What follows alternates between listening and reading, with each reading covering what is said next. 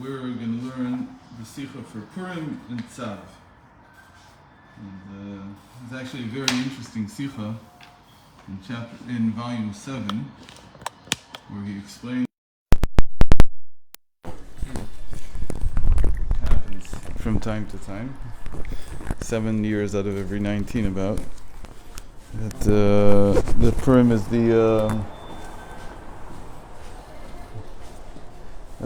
it comes out on the Shabbos in the week of Shabbos of Vayikra, like this year. Once every 7 years.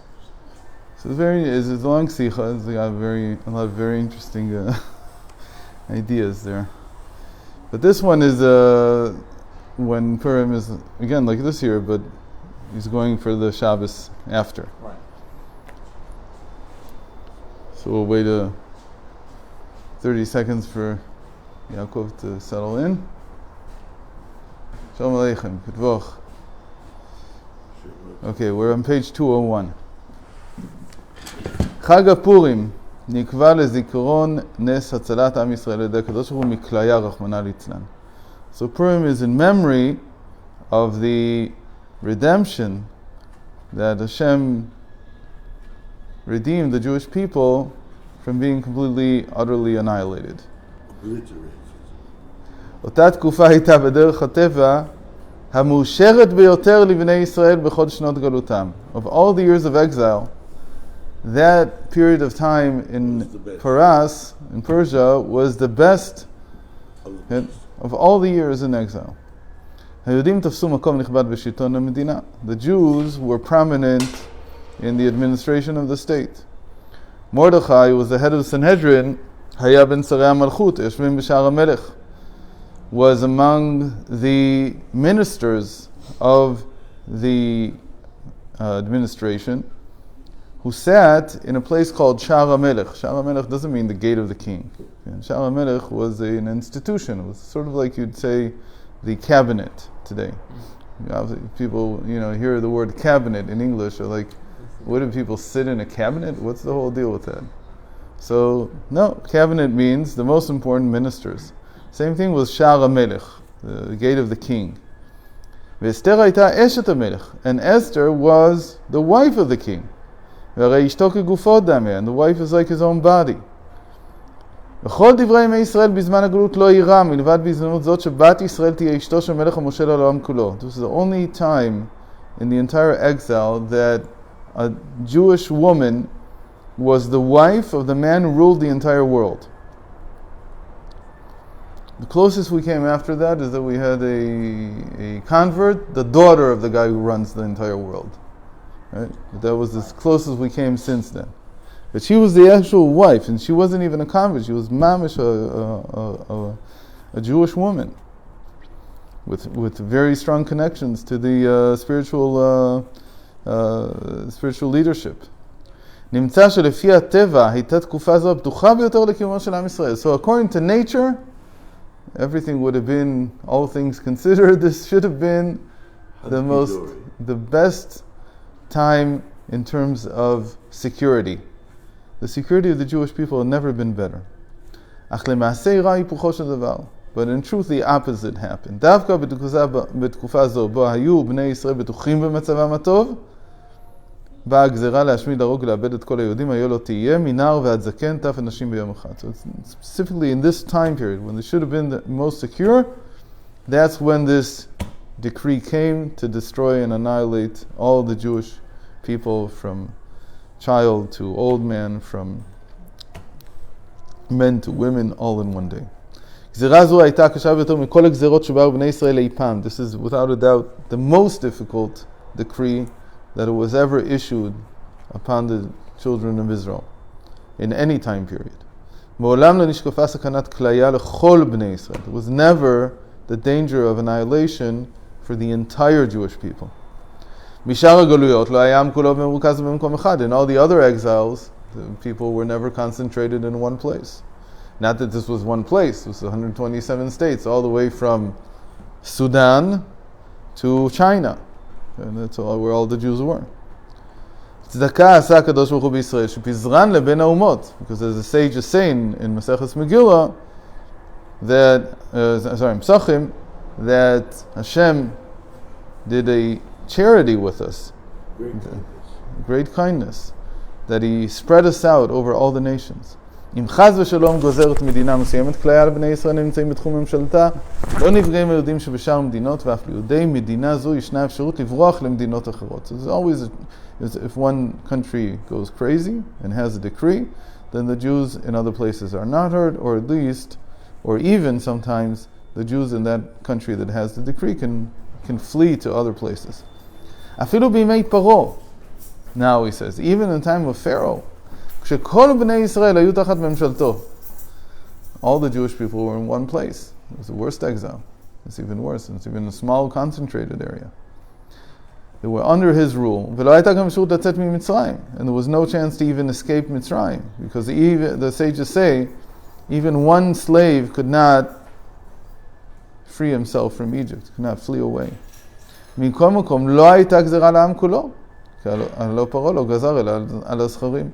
There was never a decree to destroy everyone, because the most that Pharaoh did was he decreed to destroy the males, to kill the males. And it's only the males who were just born, it wasn't the males that already existed. לעומת זה, בימי אחשוורוש, היו כל היהודים שרויים תחת שלטונו. תדבוך. לא יודע מי זה חנן? אלחנן, לא היה פה. ולא הייתה שום אפשרות לברוח. On the other hand, in Achashverosh's time, all the Jews were under his rule, and there was no way to escape. First of all, הוא היה מולך בכיפה על העולם כולו. He ruled the entire world, or entire civilized world. ולא היה לאן לברוח. There was nowhere to flee. Secondly, הגזרה הייתה להשמיד ביום אחד. משום כך לא היה מספיק זמן לבריחה. So even theoretically they could have run away, but it was all decreed to happen in one day, so there's no time to run away. והגזרה הייתה להשמיד את כל היהודים, היה לא תהיה. Every single Jew was supposed to be destroyed. מדוע נגזרה לאמיתו של דבר גזרה היו מה זו בשעה שהיהודים היו כה בטוחים על פי הטבע? So why was there such a terrible decree, specifically in the time when the Jews had so much security, as it were, as they would have thought? מסופר בגמרא, סיבת הגזרה מפני שנהנו מסעודתו של אותו רשע אחשוורוש. So the sages say that the reason is because they enjoyed that feast that wicked man Achashverosh made. What does that mean? נוכחים אנו איפה לדעת בבירור שעם ישראל והטבע אינם דברים שונים מעצם מהותם. From this we should conclude that the Jewish people and nature are opposites. You should, that's the lesson of Purim. Don't think that the Jewish people act according to nature. ההתנהגות העליונה עם בני ישראל אינה קשורה לחוקי הטבע. The way Hashem runs the fate of the Jewish people is not connected to the laws of nature. כי אם תלויה בקיום התורה והמצוות. It is rather dependent only on Torah and mitzvot. That's what the sages say. משום כך, הרי אף בשעה שעל פי הטבע אין חשש לגזרה, בא לבני ישראל גזירת כליה רחמנא ליצלן, כשהם באים במגע עם עניינים בלתי כשרים שנהנו מסעודתו של אותו רשע. So if the Jewish people are involved in things that are not kosher, even in a time where there should be ultimate security, they have this decree of annihilating every single Jew. Chapter 2. מסקנה זו מתגבלת גם התבוננות בדרכי הישועה והצלה. You can come to the same conclusion by looking at how Hashem redeemed them, how He saved them. ביטול הגזרה לא היה על פי טבע. It also wasn't according to nature. כי אם דווקא על ידי תשובה והתקשרות אל הקדוש ברוך הוא. But by doing tshuva and by reconnecting with God. בשעה שנודע למרדכי ואסתר על קיום הגזרה, היה עליהם לכאורה לנקוט באמצעי השתדלות טבעיים אצל המלך אחשוורוש, לארגן משלחת דיפלומטית שתדרוש ממנו ביטול הגזרה. So when Mordechai and Esther heard about this decree, the first thing they should have done was have a committee go and meet Achashverosh. There should have been a diplomatic effort to talk to him. ואילו לפי המסופר במגילת אסתר הייתה פעולתה הראשונה של אסתר, והמלכה לבקש מרדכי לך כנוס את כל היהודים נמצאים בשושן וצומו עליי ואל תאכלו ואל תשתו 3 ימים לילה ויום. זה היה הצעד הראשון לביטול הגזרה. But when Esther heard about it, the first thing she said, she asked Mordechai to go and gather all the Jews and to fast for her 3 days and 3 nights. And that was the first step in annulling this decree. יתר על כן, moreover, אסתר הוסיפה ואמרה, Esther added and said, "Gam ani v'narotai natzum ken." Me and my servant, my maidservants, will also fast. הרי כל חשיבותה של אסתר בעיני אחשוורוש באה מפני ותישא חן וכסף עיניו מכל הבתולות. We know that the reason that Esther found favor in Achashverosh's eyes wasn't because he was a wise man, but because he craved her body. She was more beautiful than all the other women. ומובן מאליו שצום של 3 יממות לא יוסיף חן על פי הטבע. And clearly, fasting for 3 days will not add any beauty to her. Again, it depends on the age. It's very interesting. For us, it actually does add beauty.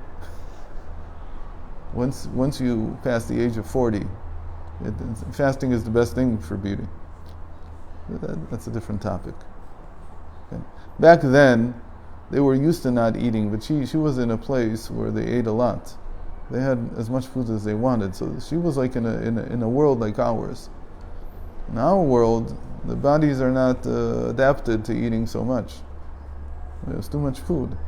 So doing a 3-day fast is actually one of the healthiest and most beautifying things that people do. People do it just to clear up their skin.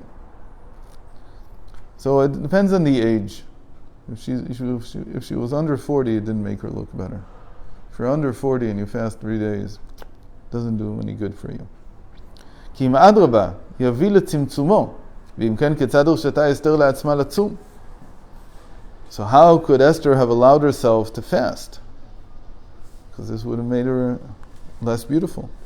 התשובה היא, כשם שהגזרה לא באה על פי הטבע, כן לא באה ישועה בדרך טבעית. The answer is that just as the decree did not happen by nature, it shouldn't have happened, so the salvation from it did not come in a natural way. ההצלה באה הרי על ידי התשובה. אחד מדרכי התשובה הוא הצום. Because the salvation came through tshuva, returning to God. And one of the ways of tshuva is fasting. בשעה שכל היהודים נמצאים בשושן צמים. And during the time that all the Jews in Shushan fasted, וממילא אסור על היחיד לפרוש מן הציבור, and the single individual is not allowed to act differently than the congregation, ברור שגם אני ונערותיי יצום כן, so she also had to fast. אשר לצמצום וכן שהדבר עלול לגרום, ולא סמכין על הניסה, והחובה לדאוג ללובשי טבע לכל השפעה, הם סוף סוף לבושים בלבד, ולא סיבות לגרימת ההשפעה. So here he gives the first really powerful statement. That we have a duty not to count on miracles. And we have a duty to create garments, natural garments, meaning methods, natural methods for things to happen, for the sustenance to come down from heaven. But says the Rebbe, this very important statement of him, sof, in the end, they are only garments. And they are not the causes for the sustenance coming down. That's a big difference. ההתחזקות בקיום התורה והמצוות היא במידה מספקת, יביא גם לבוש מצומצם את התועלת הדרושה. So if there is strengthening in Torah and mitzvos, then even a small amount, then even a small garment that you wouldn't normally think, meaning a vessel, a tool, an instrument, that you wouldn't usually think would be able to create such an effect, will have the effect that you need. אלא שמשום העלמה והסתרה המצויה בזמן הגלות באו גם הגזרות וגם ההצעה בדמות של התפתחות טבעית. So why does it all sound like the Megillah is just a natural history of events? So because this is the concealment of God's light that happens during the exile. But הסיבות האמיתיות היו התורה ומצוות. The real causes for everything churning around were Torah and mitzvos, and the real reason that everything started, the whole decree, was because of the lack of Torah and mitzvos. So it was all dependent, the whole story was fueled and moved by the way that the Jewish people acted with Torah and mitzvos. ההנאה שנהנו מסעודתו של אותו רשע הביאה את הגזרה והצום והתשובה ביטלו אותה, like we just said. ההוראה תמונה בפרשה זו לימינו אלה במיוחד. So what is the moral for our times? ישנם כאלה הטוענים שהאמצעי עיקרי לשמירת קיומו של עם ישראל בזמן הגלות ההשתדלות הדיפלומטית, או דרכים טבעיות אחרות, כן? So it's many who think, there are those who think that the instrument that will ensure the survival of the Jewish people in our times, in the exile, is diplomatic efforts or other natural instruments. ומסתמכים בכך על ההשתדלותה של אסתר אצל אחשוורוש. And they learned this from Esther coming before Achashverosh and what she did. But Esther fasted before. Esther did tshuva before. Yeah. They all did tshuva before. Yeah. So why do you learn from that as well? It's a good question. Why do you Because that's hard. And that would mean that it's not just the diplomatic effort. I don't think the Rebbe is against diplomatic effort. I think it was one of the biggest, he expended the most in diplomatic efforts. But of course it came on the heels of his dedication to Torah and mitzvos. אך יש לדעת שמלבד שמגלים בזה פנים בתורה שלא כהלכה, okay? Apart from the fact that they are revealing what's called an untrue facet of Torah, meaning they're interpreting it in a doctored way. They're me'avtim. How do you say me'avtim?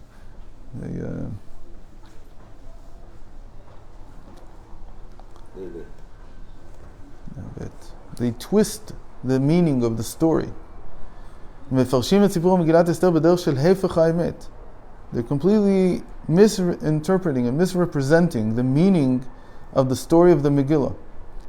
הרי יש בדבריהם גם כפירה בכל עניין קיומו של עם ישראל. Apart from that, which the Gemara says in Shavuos, that in Shavuos, in Yuma, 2 places, that 3 things Yom Kippur doesn't atone for. And one of them is המגלה פנים בתורה. One who teaches the Torah in an incorrect way. So, apart from that, this is also a kfirah, complete denial of the basis of the existence of the Jewish people. What is the basis? נאמר אתם ניצבים היום כולכם. It says in Parshas Nitzavim, you are standing, all of you here today. ואומרים על כך חז"ל, גם כאשר כל העולם מתמוטטים, אתם ניצבים. Say the sages, even if the entire world will fall down, you will continue to stand. קיומו של עם ישראל שונה מקיום שאר האומות. The stability of the Jewish people, the existence of the Jewish people is different from that of all the other nations. קיום האומות הוא לפי חוקי הטבע, ואילו בני ישראל אינם כפופים לטבע, קיומם קשור בתורה ומצוות. All the other nations, their existence and their stability depends on natural laws. But the Jewish people are not under nature. They're not guided by nature. Their existence depends on their connection to Torah and mitzvahs. וכשבאה עת צרה וגזרה רחמנא ליצלן, and when there is a decree, a difficult time, אין עלינו לסמוך על דרכי דיפלומטיה והשתדלות אצל אומות העולם. The right way is not to trust diplomacy and other methods of trying to persuade the nations of the world. יש צורך ביפשפש במעשיו. There is the need for a person to take a stock of himself and to observe his own actions, to see how he is. מילוי החסר וההתחזקות בקיום התורה והמצוות. And he has to fill what's missing and strengthen himself in keeping Torah and mitzvahs. ורק אז מועילה ההשתדלות הטבעית. And then, like we said, it's not that he's against the diplomacy. You should go act diplomatically. But only after you've done tshuva. אפילו במצב שאומות האחרות היו מתמוטטות, even in states in which, scenarios in which other nations would completely be decimated. אתם ניצבים וקיימים. You continue to stand and exist. אין להיבהל ממצב היהודים כפי שהוא נראה בעיני בשר לפי חוקי הטבע. There's no need, or you shouldn't, be alarmed at the state of Jews as it seems to the eyes of flesh, to our eyes, according to the laws of nature. ענייננו הוא להתחזק בשמירת התורה והמצוות. Our challenge, what we need to do, is to always strengthen keeping Torah and mitzvot. ואז הרי בכל לבוש גשמי שניצור, and then it doesn't matter what instrument, what garment we create, תתלבש ההצלחה הניסית העל-טבעית. The success will be invested in that garment, in that instrument. And it will be above nature. המסקנה של בני ישראל, chapter 4, המסקנה של בני ישראל אינם כפופים לטבע, מלמדת דרכי התנהגות לא רק לכלל ישראל, כי אם גם לכל יחיד. This also teaches not just how to conduct the entire people, but the conduct of an individual also. A Jew should conduct himself in the same way as an individual. על איש ישראל לזכור שכל העניינים שלו תלויים בקדוש ברוך הוא בעצמו, שאינו מוגבל חס וחלילה בחוקי הטבע. A Jew should always remember that all his affairs, they're all dependent on Hashem. And he is not limited, certainly not by the laws of nature. אומנם יש צורך בהכנת בכל אשר תעשה. There is the need to prepare an instrument, a garment, something שבו יתלבש השפע של וברכך השם אלוקיך. Right? It said, pasuk is ברכך השם אלוקיך בכל אשר תעשה. So we learned that actually the order is the opposite. Because בכל אשר תעשה, you can't do that after Hashem has blessed you. Although we also learn from that, something that the Rebbe said many times, that Hashem has already blessed you. All he's waiting for is for you to do something. So what do you need to do? You need to create some kind of vessel, some kind of instrument through which the blessing will come. But you have to remember that it's only an instrument, it's only a vessel. The